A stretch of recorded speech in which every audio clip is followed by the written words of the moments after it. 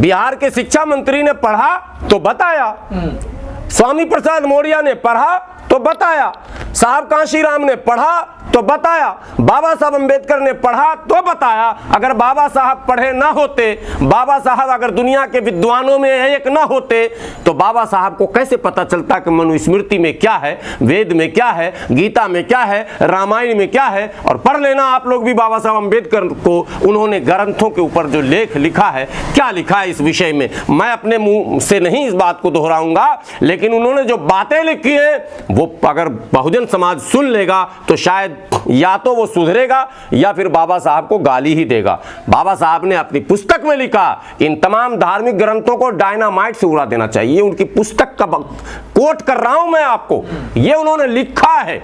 साहब पढ़ेंगे तभी तो समझेंगे, तो मैं तो स्वागत करता हूं, आप पढ़ाइए, आप सारे धार्मिक पुस्तकों को पढ़ाइए। लोग पढ़ेंगे तो जानेंगे कि यह पुस्तकों में लिखा क्या है, क्या यह संस्कार निर्माण के लिए है या फिर समाज बिगाड़ के लिए है। यह भी तय तभी होगा जब हम उन पुस्तकों का अध्ययन करेंगे। अब एक दो बाबा नहीं है बागेश्वर के, कई बाबाओं की एक मंडली है जो टीवी पर, यूट्यूब पर, टोटल सोशल साइट पर और मंचों से भी, सार्वजनिक मंचों से भी लगातार कह रहे हैं कि भारत को हम हिंदू राष्ट्र घोषित कर कर रहेंगे। आपको याद होगा, आप मीडिया के लोग हैं, कुछ बाबा ऐसे हैं जिन्होंने संसद भवन के पास यानी कि जंतर मंतर पर जाकर कहा, टाइम भी बता दिया, डेट दे दिया कि हम जो है अमुक तारीख को हिंदू राष्ट्र घोषित करेंगे, और वो बाबा खुलेआम घूम रहा। मतलब क्या होता है, ये मतलब समझना होगा आपको।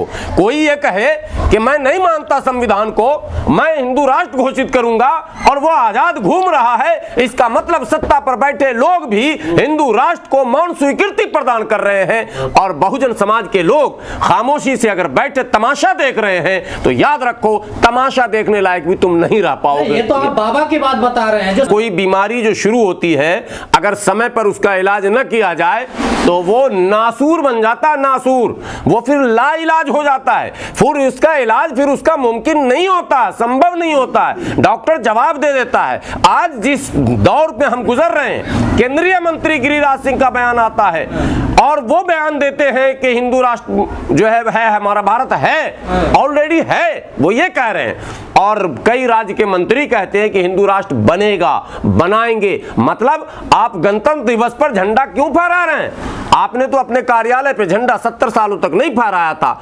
आप देश के आंख में धूल जो